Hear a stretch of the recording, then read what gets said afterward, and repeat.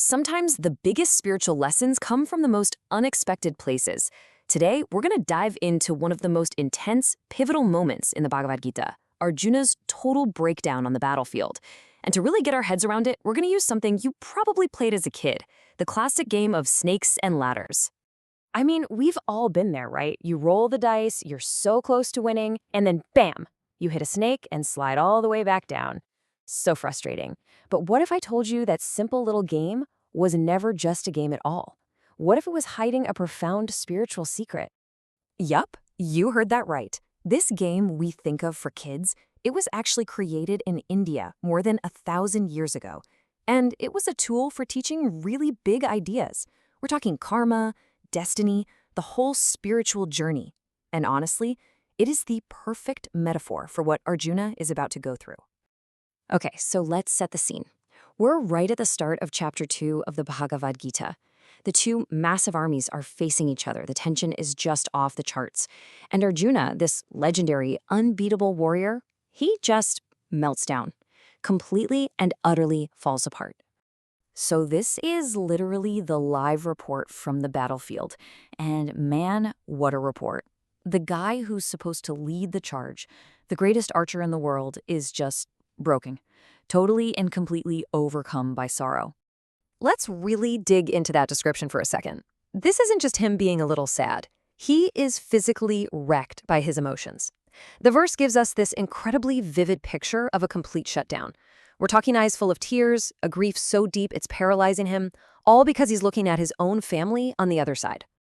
Now, you might be thinking, okay, so he feels bad for his family. That's compassion, right? It seems noble. But here's where Krishna steps in and totally flips the script. He asks, is this really compassion, or is there something else going on here? And Krishna has a name for what Arjuna is feeling, moha. It's a super important concept. It means that what Arjuna is experiencing isn't pure, wise compassion. It's a kind of delusion, a deep attachment that's got him all twisted up. It's so powerful, it's literally clouding his ability to think clearly, to see his duty, his dharma. So look at this breakdown. On one side, you have this pity born from delusion, from moha. And what does it do? It clouds your judgment, it's based on mine and my family, and it just leads to you freezing up, totally stuck in sorrow. But on the other side, you have true compassion, which comes from wisdom. That kind of compassion actually makes things clearer. It's based on duty, on what's right, and it leads to righteous action. Arjuna, right now, is deep in that first column. And I really want to stress this point. Arjuna's meltdown isn't just for dramatic effect. It is, without a doubt, the pivotal moment. The whole story hinges on this. Seriously, everything changes right here, in this one verse. It's Arjuna's rock-bottom moment that creates the opening, the space for Krishna to begin sharing some of the most profound spiritual wisdom ever recorded. Think about it. Everything up to this point has been setting the stage. The first chapter is even called the Yoga of Arjuna's Despair. But it's here, in this moment of complete surrender, of him basically saying, I can't do this, I'm lost, that the real teaching begins. You have to admit you're lost before you can ask for directions. Okay, let's go back to our game. You know that one super long snake, the one that's like on square 98 and sends you all the way back to square 3? That's Arjuna right now. He just landed on it. He's hit absolute rock bottom. Everything he thought he was, a great warrior, a man of duty, it's all been wiped away. He's right back at the beginning. But here's the cool thing. In the spiritual version of this game, hitting that snake and going back to the start, it's not a punishment. It's actually part of the whole point. Let's take a look at how the rules of this game really work. So it's pretty simple, actually. The ladders, those are the good things you do, your virtues, your good karma. They help you climb up. The snakes, well, those are the tough parts, the consequences of past actions, destiny, the challenges that just knock you down.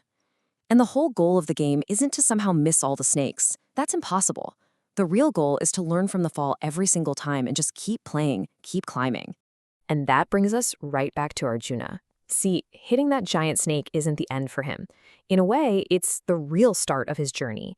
This complete collapse is what finally shatters his ego, his attachments, his delusions. It clears the board, so to speak, creating the empty space that wisdom can now fill. His fall is exactly what he needed to find the ultimate ladder.